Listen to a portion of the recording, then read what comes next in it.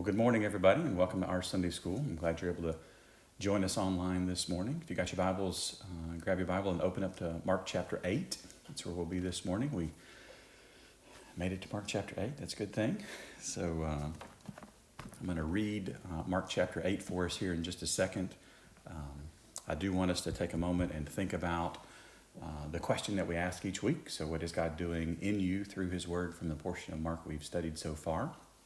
So if you have any responses to that, go ahead and type those in the comments. I just want to say hello and good morning to everybody this morning. So the Barbers, the Arnolds, the Coles, the Johnsons, the Millers, Sabrina, hey Sabrina, the Velosins, Brian Willard, hey, good morning, Brian. Looks like the Landers and the Englishes. Fantastic. It's good to have you guys this morning. So thanks for being here this morning. And if you have any answers to this question, what is God doing in you through his word from the portion of Mark we've studied so far? Today, for me, is a bit of a lesson that I have learned and forgotten and learned and forgotten and learned and forgotten. And unfortunately, it's one that I would imagine most of us probably have. And one in which Jesus is incredibly patient to continue. And we'll talk about that concept as we go through today's lesson, and we'll also talk about what that means for us and how that we can respond accordingly. So good morning to the Johns and to the Janikas. So good to have you all with us. So grab your Bible if you would, and we will read through Mark chapter 8. And we'll talk about a few of those verses. Now, today's handout might be good for today. It might also be good for next week. We'll see. I don't know. Depends on how many questions you ask. Mark chapter 8. In those days, when again a great crowd had gathered, and they had nothing to eat, he called his disciples to him and said to them, I have compassion on the crowd, because they have been with me now 3 days and have nothing to eat. And if I send them away hungry to their homes, they will faint on the way. And some of them have come from far away. And his disciples answered him, How can one feed these people with bread here in this desolate place? And he asked them, How many loaves do you have? They said 7. And he directed the crowd to sit down on the ground. And he took the 7 loaves, and having given thanks, he broke them and gave them to his disciples to set before the people. And they set them before the crowd. And they had a few small fish. And having blessed them, he said that these also should be set before them. And they ate and were satisfied. And they took up the broken pieces left over, 7 baskets full. And there were about 4,000 people. And he sent them away. And immediately he got into the boat with his disciples and went to the district of Dalmanutha. The Pharisees came and began to argue with him, seeking from him a sign from heaven to test him. And he sighed deeply in his spirit and said, Why does this generation seek a sign? Truly, I say to you, no sign will be given to this generation. And he left them and got into the boat again and went to the other side.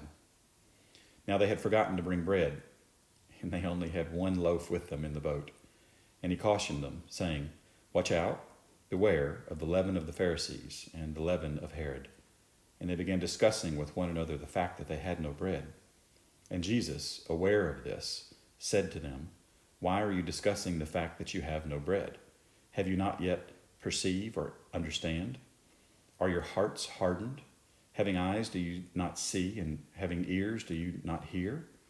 And do you not remember? When I broke the 5 loaves for the 5,000, how many baskets full of broken pieces did you take up? And they said to him, 12. And the 7 for the 4,000, how many baskets full of broken pieces did you take up? And they said to him, 7. And he said to them, Do you not yet understand? And they came to Bethsaida, and some people brought to him a blind man and begged him to touch him. And he took the blind man by the hand and led him out of the village. And when he had spit on his eyes and laid his hands on him, he asked him, Do you see anything? He looked up and said, I see people, but they look like trees walking. Then Jesus laid his hands on his eyes again, and he opened his eyes, and his sight was restored, and he saw everything clearly. and he sent him to his home, saying, "Do not even enter the village." And Jesus went on again with his disciples to the villages of Caesarea Philippi. And on the way he asked his disciples, "Who do people say that I am?" And they told him, "John the Baptist, and others say Elijah, and others one of the prophets." And he asked them, "But who do you say that I am?" And Peter answered him, "You are the Christ." And he strictly charged them to tell no one about him. And he began to teach them that the Son of Man must suffer many things and be rejected by the elders and the chief priests and the scribes and be killed, and after 3 days rise again. And he said this plainly. And Peter took him aside and began to rebuke him. But turning and seeing his disciples, he rebuked Peter and said, "Get behind me, Satan, for you are not setting your mind on the things of God, but on the things of man." And calling the crowd to him with his disciples, he said to them, "If anyone would come after me, let him deny himself and take up his cross and follow me. For whoever would save his life will lose it, but whoever loses his life for my sake and the gospel's will save it. For what does it profit a man to gain the whole world and forfeit his soul? For what can a man give in return for his soul? For whoever is ashamed of me and of my words in this adulterous and sinful generation, of him will the Son of Man also be ashamed when he comes in the glory of his Father with the holy angels."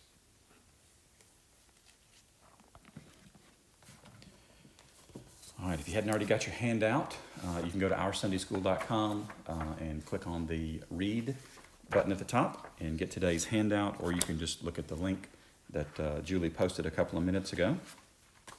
I would encourage you to grab your copy of your ESV, and we'll start with Mark 1. So Becky is listening from the hallway of the Chattanooga campus. Well, kudos to whoever's got the Wi-Fi working well there. So good job on that. I think I'm looking at Dave Barber on that one. So, and hello to the Archers this morning. So good to have you guys with us. So Mark chapter 8 is where we're going to start today in verse 1. So in my notes here on the, are there any literary or structural observations? I have written, Jesus feeds thousands of people. Again. So if this lesson feels like deja vu, it's because we covered something very similar back in Mark chapter 6. And we'll talk a little bit about today why we did this again, why Jesus does this again, what he's trying to do, how he does it, the way in which he does it, all those sorts of things. So we'll start with verse 1 here.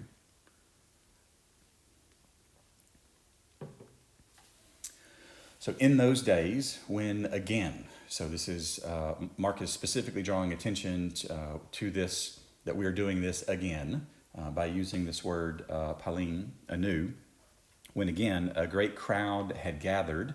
There's a present active participle, so this is, they're gathering and gathering and gathering and gathering. So it wasn't all at once. This took a minute to actually occur. When a great crowd had gathered and they had nothing to eat, and this word for had is, they hadn't had anything to eat for a while. So you kind of get a sense from the parsing of the verb that it's been a minute, and then Mark explains it for us here in just a second as to how long. So they had gathered and they had nothing to eat. He calls his disciples to him and said to them, "I have compassion on the crowd." So I want to, so we know, we've already read ahead, that they've been with him for 3 days.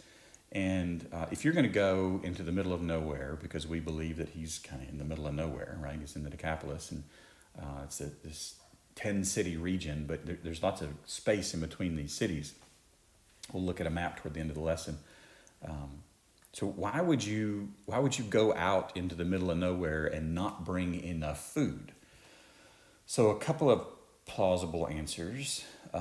One, you might not have thought you were going to be there that long, right? Two, you might have heard about what happened in Mark chapter 6 and just assumed Jesus has got the food covered, right?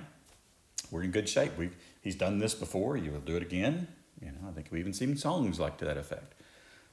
So just keep in your mind, like, why would they have done that? So he calls his disciples to him and he says to them, now remember this is talking to the disciples, directly to the disciples, "I have compassion." And this word compassion is used several other times in Mark's gospel. The first in Mark 1:41. So flip over to Mark 1:41. Just want to show you how this word is used in Mark. So this is when Jesus cleanses a leper. Back in Mark chapter 1, a leper comes to him, imploring him, kneeling, said to him, "If you will, you can make me clean." In verse 41, moved with pity is how the ESV translate it. So this idea of, I see someone with a need, and I am moved internally. There is something emotionally that is stirred up. I see some issue, something that needs to be rectified, and he had the ability to fix it, right? So this is one of the amazing things about Jesus is that he always had the ability to resolve any issue that was in front of him. And then we see in Mark 6:34, so we see this exact same pattern. We'll flip back to Mark chapter 6 several times today just to see how this works. But verse 34, when he went ashore and he saw a great crowd, he had compassion on them because they were like sheep without a shepherd. And in Mark 6:34, it was a one-day thing, right? So he gets off the boat, he starts teaching them, it gets late, and he realizes that they're hungry. So they've been with him less than a full day, less than a 24-hour period, and he feeds them. And in Mark chapter 8, they've been with him 3 days, right? So how much more compassion would you have had welling up that, people are getting hungry here. This is a lot of people. So he has compassion on the crowd because, so there's a reason, right? He has compassion because they have been with me been with me now 3 days and have nothing to eat.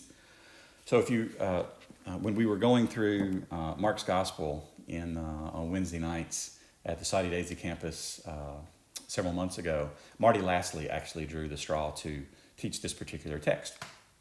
And if you've ever heard Marty Lastly teach before, he's just think about almost unfettered ADHD, Jesus-loving, full throttle the entire way. I envision this is how Barry Cole would teach if Vicky didn't exist, right? Just this, sorry about my Julie Spetter coffee out there. You guys don't get to see what I get to see, so I feel like I have to have running commentary sometimes. But Marty Lastly asked the question, what were they doing for 3 days? And he had a really neat answer. Sermon Palooza, right? Because Jesus was just teaching. He was very likely teaching and teaching and teaching, very possibly healing as well, doing what he had been doing, answering and asking questions, engaging the crowd. If there had been no engagement on Jesus' part, it's very unlikely that the crowd would have stuck around at all, certainly not if they were hungry.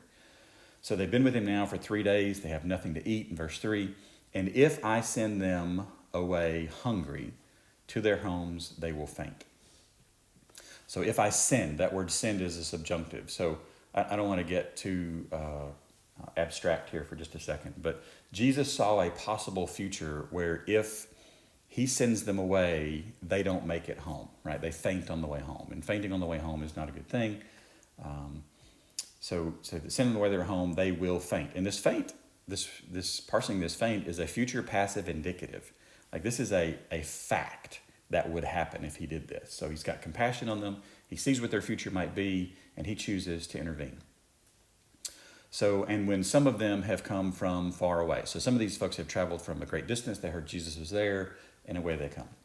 And it's very possible that they could have been gathering and gathering and gathering and gathering over this 3-day period, that they didn't start with 4,000 people, that it ramped up to 4,000 plus once they kind of got to the end of this 3-day period. So verse 4, and his disciples answered him. So remember, he's just talking to his disciples. He's asked the disciples a question. His disciples answer him with a question. So perhaps they're learning something here, right? So this is good. So how can one feed these people with bread here in this desolate place? And this is the point in the text where I just want to mock the disciples. I want to get angry with them. I want to get frustrated with them because it's been literally 2 chapters since Jesus did this very thing, right? And they ask him, how can one? And I've highlighted this word one. How can anyone or how can anything do this? How can anybody feed these people? So if you go back to 642, that's the exact same word for feed that is used back there. So let's look at this for just a second. So in 642, here's the, and they all ate and were satisfied. So the question is really, how can anybody satisfy these people? How can anybody fill them? And they've already seen him do this, and either they've forgotten or they've just lost hope. They've lost faith in him. So a lot of possible answers here. But look at 7:27.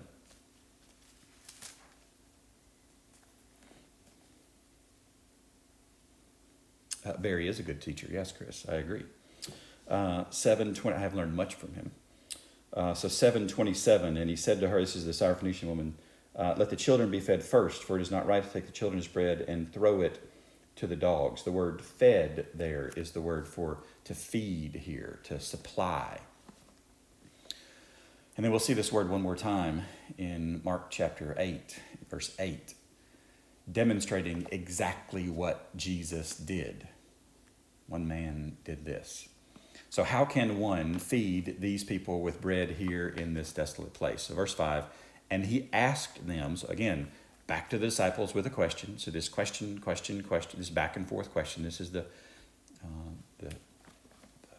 rabbinical way of asking questions. So how many loaves do you have? Super simple question, right? So we're going to get, so if you've ever done any teaching and you ask a bit of an abstract question and your audience doesn't get it, one of the pedagogical approaches is to simplify the question and start with a much more factor-based yes-no type of a thing, and then build up from there back into the more complex point that you're actually trying to make. So Jesus backs down. So how many loaves do you have? And they said 7, which kind of makes sense, right?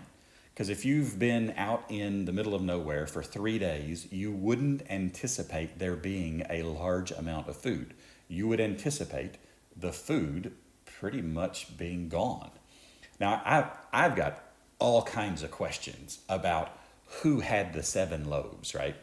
And did they know they had it? Did they not know they had it? Did they forget about it? Like, what? All kinds of questions around this. And really, quite frankly, none of that's important. The fact is, he has a very small amount of food that he is working with. So he directs, verse 6, he directed. 6:8, Mark 6:8 is the other time that this word shows up. And if you look back to Mark 6:8, you will see that, and I love when this happens, and Mark does this quite a bit in his gospel. He will use a word and associate it with something early on in his gospel, and he'll use it 1 or 2 more times later on, and we'll see how this kind of gets fleshed out just a little bit. So in Mark 6, verses 7 through 11, he gives the disciples directions on what to do when they go take his message and proclaim it. So these are part of the directions that he is giving them.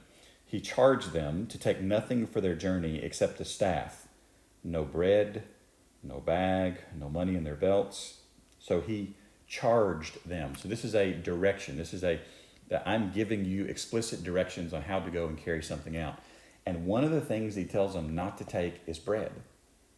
And I don't think it's an accident that he tells them not to take bread, and then later in chapter 6, he shows them that he is their source of supply. And then later in chapter 8, he shows them that he is their source of supply. Like, he is grounding them in this idea that their sustenance comes from him. And one of the ways that you can help somebody understand this is to remove someone's ability to depend on anything else.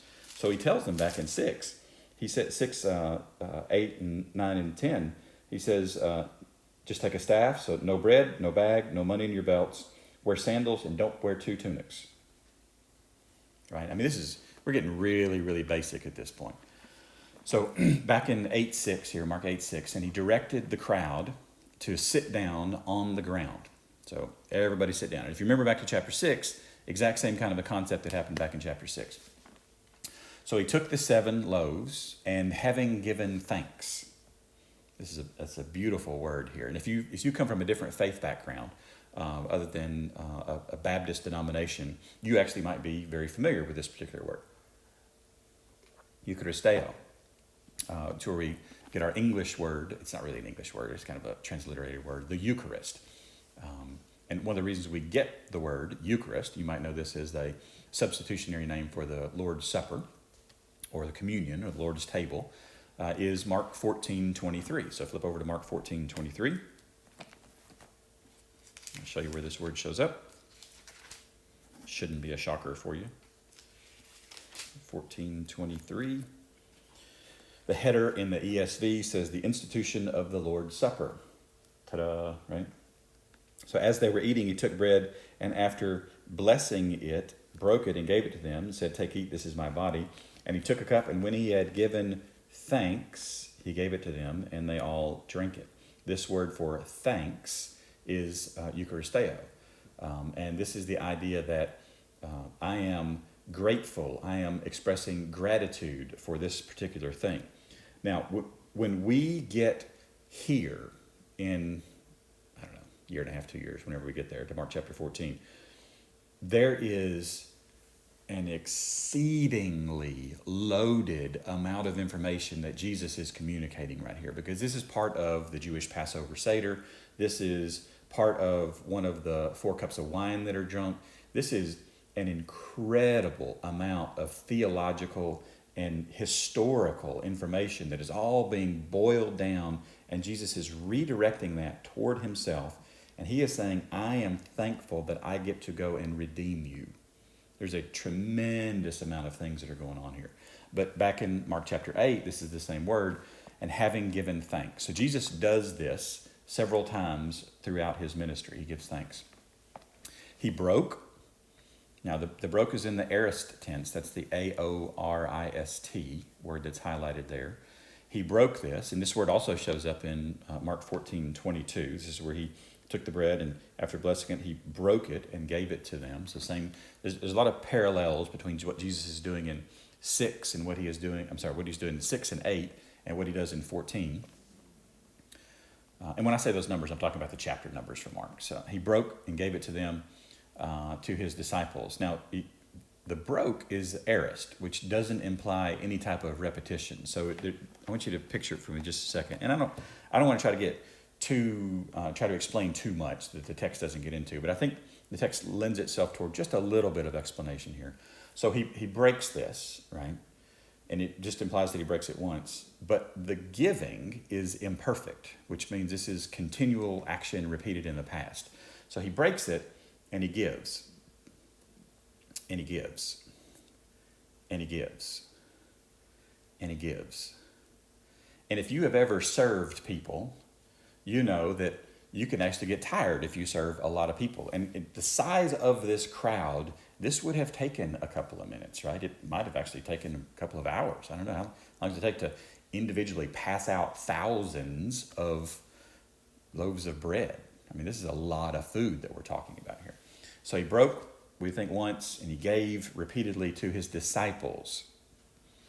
Now, here's the interesting thing. Jesus doesn't give it directly to the crowd, because Jesus is training disciples. He is modeling himself what he later will command his disciples to go and to do, to make disciples. See, we look at the Great Commission as something that Jesus said for us to go do. The Great Commission is something that Jesus modeled for us in the way in which he trained his disciples. And getting people physically, tactically involved in ministry is a great way to help people learn. Now, did they learn this lesson the first time he did it? Nope. So what do you do when you're teaching somebody and they don't learn the lesson the first time? You teach them again. What if they don't get it the second time? Teach them again. Well, what about the third time? Well, do you know any children? You keep teaching, and you keep teaching, and you keep teaching, and you keep teaching. And it shouldn't surprise us at all that this is the way. So he broke, he gave to his disciples in order to, there's a purpose here, to set before the people. And they set them before the crowd. So don't miss their act of obedience here. This is obedience in the midst of what I would consider just a little bit of doubt, because they just doubted Jesus not 3 verses before, saying, how can one do this? But they're participating in his work. And Jesus doesn't scold them here. He doesn't take the time in front of the crowd to berate the disciples. He just gets them involved in the work. right? Because sometimes you just need to be gotten involved in the work. So he sets them before the crowd. The disciples do. In verse 7,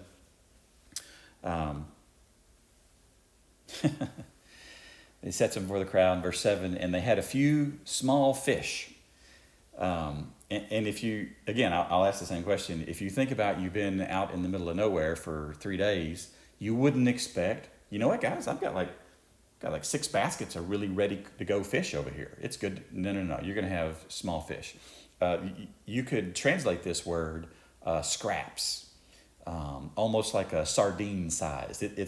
There's a Greek word for few, so few in number, and then this small fish is like petty. It's just I don't go fish anymore. I'm not a huge fishing fan. The first time I went fishing, very first time, I went with my dad, and I had I believe it was a Mickey Mouse fishing pole. It was one of those that you go to Walmart and you get, and it's branded. It's like, yay, this is going to be fun. And the pole, it's these little kid poles, right? These are little kiddie poles. So we go to the stocked catfish pond on my grandfather's property. And when I say stocked, I mean my dad or my grandfather would feed them regularly, and would walk up to the edge and throw in feed, and they would like come to these were almost pets, right? And this thing was just chock full of catfish. So my dad's philosophy on catfishing was that you wanted to ensure that you were going to be successful. And the best catfish bait that I ever found was we would go to the store on like a Wednesday and buy chicken livers. And we'd go out back behind the house and we'd bury the chicken livers and we'd dig them up on Saturday morning because they would have like gotten, as my dad would say, right? I don't know. They did not smell good. It was awful. But this was the most appealing thing for the catfish. I mean, they would just about jump out of the pond onto the shore to eat the chicken liver. So we'd get the hook, put the chicken liver on the hook, throw it in the water, you're going to catch a fish, right? I mean, this is Corleone style. You don't even need the Hail Mary when you throw the line in the water, right? You throw it in, you're going to catch a fish. Well, the first fish that comes out is this massive catfish. My dad joked for a long time that the actual fish was almost bigger than the pole. I mean, there's this massive, massive fish. I was like, this is easy. Right? I mean, this is incredibly easy. I mean, everybody ought to go fishing. Fishing's like crazy easy. And then I went fishing later on in a stream where nobody had stocked with the wrong kind of bait and caught nothing. It was like, well, this is really hard, right? Well, these are petty fish. These are just very, very small scraps of fish. That's all that's left here. And having blessed them, and don't miss this, eulogeo. This is this idea of speaking well of or blessing. This is where we get our English word eulogy. It's the speech that someone gives at someone's funeral where you don't bring up the bad stuff. You bring up good things, right? This is almost like a positive spin on things. But Jesus blessed. He gave thanks for these scraps. I'm just going to let that sit for a second. He gave thanks for the very small leftovers, the little fish, the ones that you might have actually thrown back if you were going to go fishing. We wouldn't keep that. He gave thanks and he blessed them.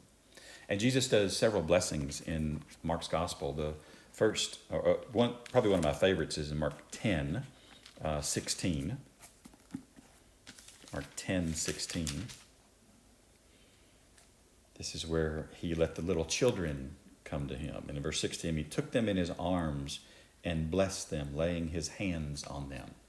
I mean, what a beautiful gesture, what a beautiful gift to bless these little children. And then in Mark 14:22, again, back to 22, as they were eating, he took the bread and after blessing it. So again, you see all these words that show up in Mark 8, tying to this future idea that's going to happen in Mark 14 about this Lord's Supper. So he blessed them.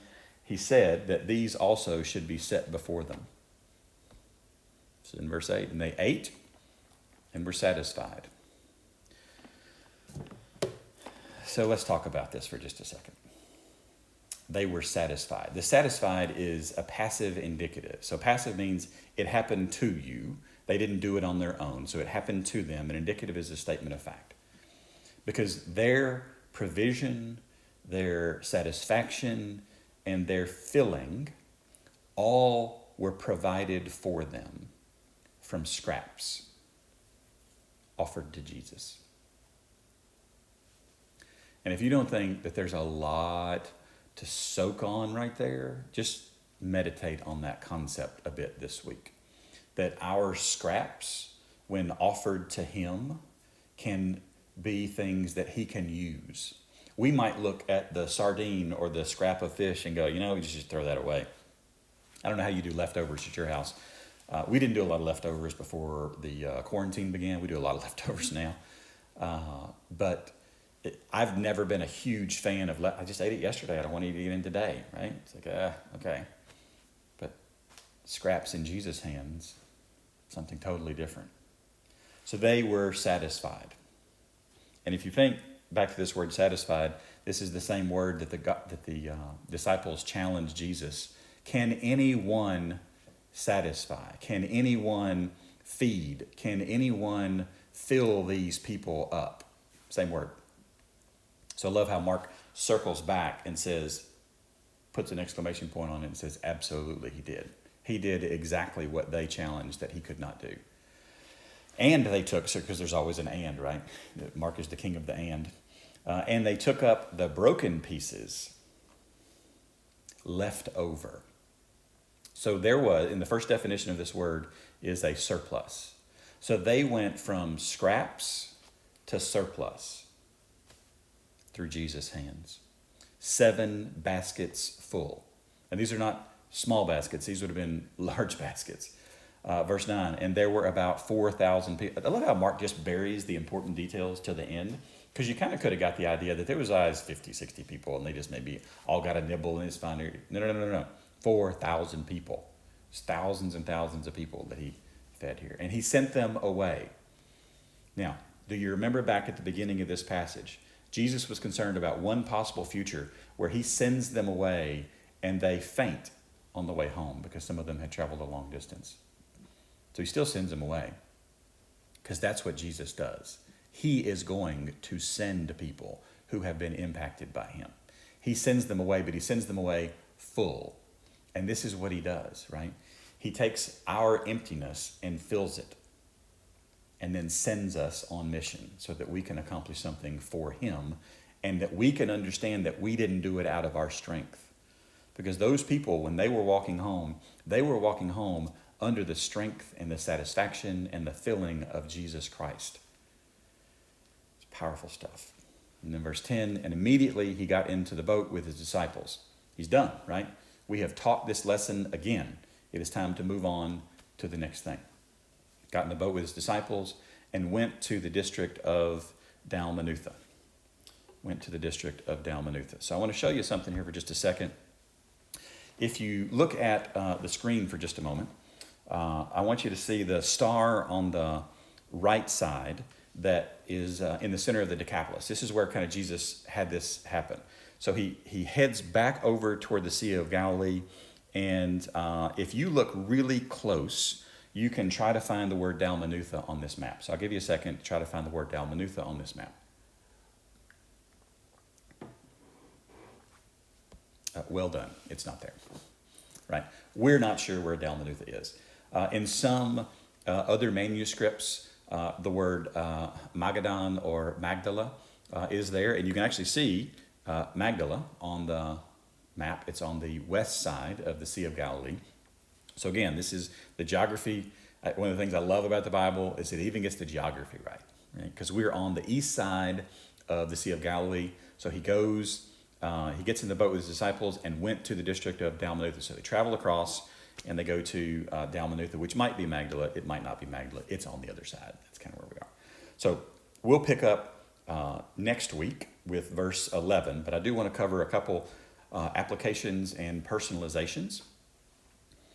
So application number 1, exact same thing from Mark chapter 6. I would say Jesus provides, right? So let's not miss the big obvious point here. Jesus provides. So what do we do with that? Well, we should trust him, right? So if Jesus provides on the application, the personalization for us is to trust him. Application number 2 is How a lesson is taught matters. So it wasn't time to really scold them yet. The disciples are still learning. He's going to get to scolding, don't worry. He's going to get to really pointed questioning. You heard it when we read through Mark chapter 8. But it's not time for that yet. Because we got to get a couple of repetitions of, do you understand this? I have modeled this for you. I have engaged you in this process a couple of times. Do you understand it yet?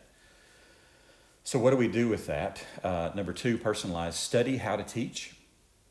A lot of us just kind of start talking, and we haven't given any thought to how to answer. And then study how he taught. One of the interesting things that you can pick up from Jesus is he is the master communicator, the master teacher. And stopping to think through the approach that he used, given the situation and the space where they were in their theological development, specifically talking about the disciples, is worthwhile. This is something that is absolutely worthwhile thinking through. So applications number 3, some lessons require more than one teaching, right? So just like when you were little, it took you more than one application of, well, here's how you hold the spoon and here's how you get the food successfully into your mouth, right? That doesn't go well the first 50 times, right? But eventually you get the hang of it. And patience is required here. So what do we do with that? Number 3, patiently submit to his wise and holy will. Patiently submit to his wise and holy will. Jesus knows what he's doing. And this is an incredibly comforting thought, because one of the things that we find about our current and historical leaders all the way back to Adam is that the closer you scrutinize, the more problems you see. This is one of the things that if you ever read a really good biography, you'll know that a good biographer will cover both the positive sides of someone's life and the negative sides of someone's life. And the thing I love about studying Jesus' life is that the closer you look, the better he is. The more perfection, the more holy, the more flawless he becomes. He is worthy of our study, and he is worthy of our submission to him. And then application number 4, Jesus is committed to making us like him. He is going to do it. Jesus is committed to making us like him. He will finish his work. He does not leave things half-heartedly done. So what do we do with that? I would say that we praise him. We say, thank you, Jesus, for not leaving us with scraps, but using us to fulfill your work and your ministry. So next week, we'll start with, Lord willing, Mark chapter 8, verse 11, and we'll go until we're finished. So you see your homework there at the bottom of 245. I would encourage you to make sure that if you have not subscribed to the things that you can subscribe to at oursundayschool.com, please do so. If you'd like to become a member of our Sunday School, you can click on the About Us tab and follow the directions there. And then last but not least, I would encourage you to, as Margie has already done, write in the comments any prayer requests that you might have. Lean in, engage, and pray for somebody that's not with you.